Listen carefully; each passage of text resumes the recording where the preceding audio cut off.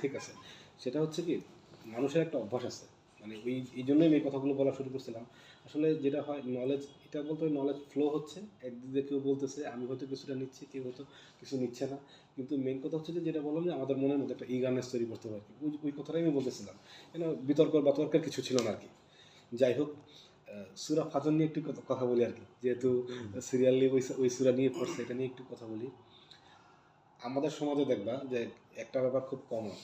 ধরো আজকে যদি সজীবের জিজ্ঞাসা যে বন্ধু কী অবস্থা, তোমার ছেলে মেয়ের কী অবস্থা, তোমার জিজ্ঞেস করলাম, তুমি আমার বলবা, যেটা হয় সবাই যে বলে যে বন্ধু দোয়া করে আমার ছেলে তো এবার স্কুলে ভর্তি পরীক্ষা দেবে, আমার ছেলে তো এবার কলেজে ভর্তি পরীক্ষা দেবে বা চাকরি পরীক্ষা দিচ্ছে, এরকম সবাই বলে যে বন্ধু পারলে দোয়া করে। এরা খুব কমন, এবং ইদানিং এটা আরও বেশি কমন হয়ে গেছে ফেসবুক আসার পরে। আমরা ফেসবুকে কিছু হলে একটা স্ট্যাটাস মেরে দিয়া বলি যে দোয়ার দরখাস্ত রইল, দোয়া চাইলে। আমি বুঝি না দরখাস্ত ফেসবুকের কাছে চায় নাকি আল্লাহর কাছে চায়। যাই হোক, এটা আমাদের একটা কমন ক্রাইটেরিয়া হয়ে গেছে যে আমরা সবাই সবার কাছে দোয়া চাই। এই তোমার কী অবস্থা, এই মর্তুজা কি ছেলের জন্য দোয়া লাগবে না? অবশ্যই লাগবে। তো তাহলে তুমি না তাকালে তো দোয়া দিব না, তাকে দোয়া দেবে।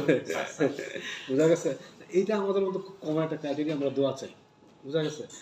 তো দেখা গেলো যে মর্তুজা থাক না, উদাহরণ নাম না বলি, যে কয়েকদিন আমার কাছে দোয়া চাইলো, দোয়া করলাম, 2 দিন পর আবার দেখা তার ছেলে চাকরি পেয়ে গেছে, অথবা ইউনিভার্সিটিতে চান্স পেয়েছে, অথবা কলেজে চান্স পেয়ে গেছে। তখন যদি বলি যে বন্ধু কী অবস্থা, তখন সে কথাটা বলবে এভাবে যে বন্ধু আমার ছেলে তো ম্যাথে আগে থেকে অনেক ভালো, এই জন্য ও বুয়েটে চান্স পাইছে। আমার মেয়ে তো ম্যাথমেটিক্স ওরকম পারতো না, ও আবার বায়োলজিটা খুব ভালো বুঝতো, এই জন্য ও মেডিকেলে চান্স পেয়ে গেছে। বা আমার ছেলে কিন্তু খুব দ্রুত হিসাব করতে পারে, এই জন্য ও স্কুলে চান্স পেয়ে গেছে। বা আমার ছেলের একটা অভ্যাস আছে, ও খুব পড়াশোনা করতে পারে, ও সারাদিন পড়তে পারে, তো ওই জন্যই ওর এই অভ্যাসটার কারণেই ও ওই স্কুলে চান্স পেয়ে গেছে। এটা আমাদের খুব কমন একটা ক্রাইটেরিয়া। কিন্তু তুমি দেখছো বন্ধু, এখানে কিন্তু পুরো ঘটনাটা 180 ডিগ্রি অ্যাঙ্গেলে চেঞ্জ হয়ে গেল গা।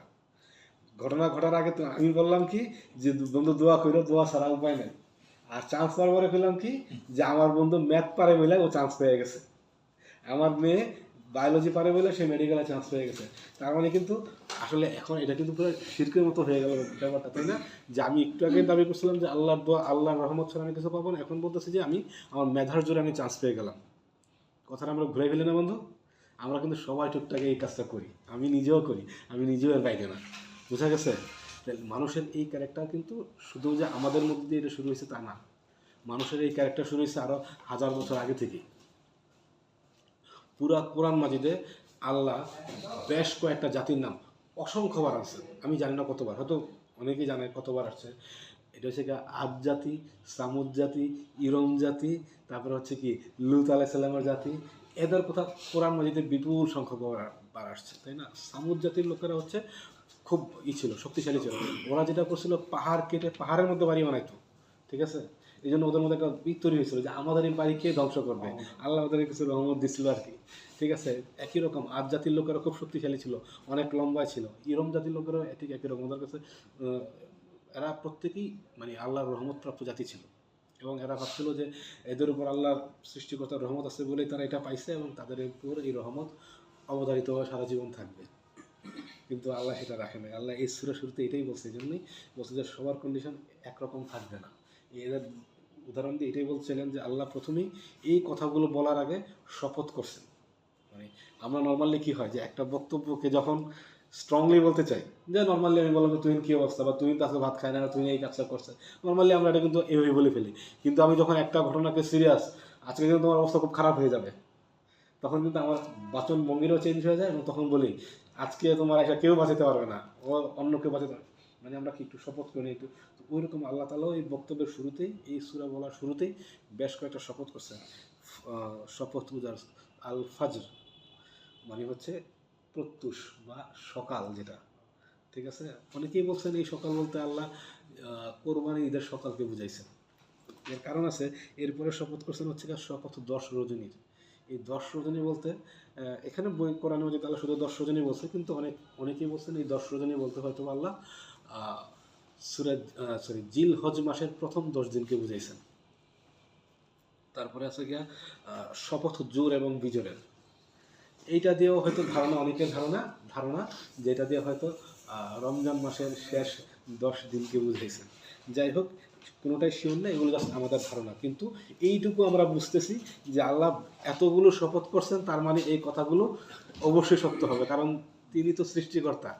তিনি যখন একটা জিনিসকে জোর দিয়ে বলেন, তার মানে কি সেটা অবশ্যই ঘটবে। তিনি এই যে এত শক্তভাবে শপথ করার পরে এই এদের নামগুলো নিছেন, ইরম, আদ, সামুদ, এই জাতিগুলোর নাম নিছেন। তার মানে এদেরকে সুযোগ দিয়েছিলেন আল্লাহ, পরে আবার এদেরকে শক্ত হাতে ধরছিলেন। বুঝতে পারছো? তার মানে আল্লাহ আমাদেরকে একসময় সুযোগ দিয়েছিল, আমাদেরকে দয়া করছিল বলেই আমরা আল্লাহর দোয়া চাইতে পারছিলাম।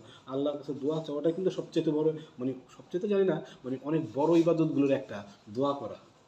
আমরা যেটা হয় অনেক সময় যেটা হয়, নামাজ পড়া দোয়া তো আর নামাজের অন্তর্ভুক্ত না। দোয়াটা আসলে আমরা মনোযোগ দিয়ে অনেকেই করি না, আমি নিজেও করি না অনেক সময়। যে সালাম ফিরাইছে তো একটু তাদের 1 মিনিট পরে উঠে চলে আসি, দোয়া করি না। কিন্তু দোয়াটা অনেক বড় একটা পাওয়ারফুল ইবাদত, বুঝা গেছে? তো আল্লাহ আমাদের একটু সুযোগ দিয়েছিল আল্লাহর কাছে দোয়া করার, কিন্তু দোয়া করার পরে আমরা পরক্ষণেই যখন আমাদেরকে যখন সুযোগ পাইলাম, তখনই আল্লাহ আমরা সেগুলোকে ভুলে গেলাম। সূরা 3-এও বলছে যে আমি মানুষকে খুব, মানে এই সূরা 3-এ না অন্য কোথাও বলছে যে আমি মানুষকে খুব শক্তিশালীভাবে তৈরি করছি, বা মানে করে তৈরি করছে, আবার তাকে প্রয়োজন হলে একেবারেই খুব দুর্বল করে ফেলতে পারি। তো ওইরকম যে আসলে আল্লাহ আমাদেরকে যে সুযোগ দিয়েছেন, যদি আমরা কাজে না লাগাই আমরা খুব দুর্বল হয়ে যাব, আমরা ধ্বংস হয়ে যাব। আল্লাহ অতীতে এরকম অনেক জাতিকে ধ্বংস করে দিছে। এই উদাহরণগুলো এটাই বলছে। এই সূরার মূল বক্তব্য আমার কাছে এইটুকুই মনে হয়েছে। আর শুধুমাত্র শেষের 4টা লাইন নিয়ে আমি একটু আলাদা করে কথা বলতে চাই। হয়তো এইটুকু বলে দিলে শেষ হয়ে যেত না, কিন্তু শেষের 4টা লাইন নিয়ে, 4টা আয়াত নিয়ে একটু কথা বলতে চাই। মানে কোরআন মাজিদে যেটা হয়, আমি যখনই কোরআন মাজিদ পড়ি, অনুবাদ করি, এটা কিন্তু সিরিয়াসলি কথা বলতেছি, যে আমার কাছে, আমি জানি না কার কেমন মনে হয়, কিন্তু কোরআন মাজিদ পড়তে গেলে আমার শুধু ভয়ই লাগে। ভয় লাগে এর কারণ হচ্ছে কি, কোরআন মাজিদে আল্লাহ তাআলা বারবার থ্রেট দিয়েছেন, ধমক দিয়েছেন, এবং বস তুমি দেখবে যে কতগুলো শব্দ আছে, এগুলো পুরা কোরআন মাজিদে কতবার আছে কেউ বলতে পারবে না। সেটা হচ্ছে ওইলাহি তুরজাউন, তোমাদেরকে আবার, তারপর হচ্ছে তোমাদেরকে ফেরত আনা হবে, তোমাদেরকে আবার এখানে ফিরে আসতে হবে। ঠিক আছে, এরকম অনেক ধরনের আয়াত আছে, অনেক। মানে প্রথম দিকে যে সূরাগুলো আছে, এক সূরাতেই 4-5 বার করে একই শব্দ চলে আসছে। একই, মানে বাংলা করলে একই অর্থ, সে যে তোমাকে ফিরতে হবে, তোমাকে এখানে প্রত্যাবর্তন করতে হবে, এবং জাহান্নাম কতই না খারাপ ঠিকানা, এই কথাটা কোরআন মাজিদে অসংখ্যবার বলা হয়েছে। তো আমি পড়তে গেলে আমার কাছে মনে হয় যেন প্রত্যেক পাতায় পাতায় এই শব্দগুলো পাই। তো এই শব্দগুলো তো ভালো কোনো শব্দ না।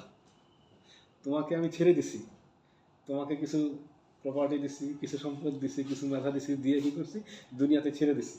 ছেড়ে দিয়ে তোমার আমি বললাম তোমার কিন্তু আবার ফেরত আসতে হবে, তোমার কিন্তু ফেরত আসতে হবে, এবং জাহান্নাম কিন্তু খুব খারাপ ঠিকানা।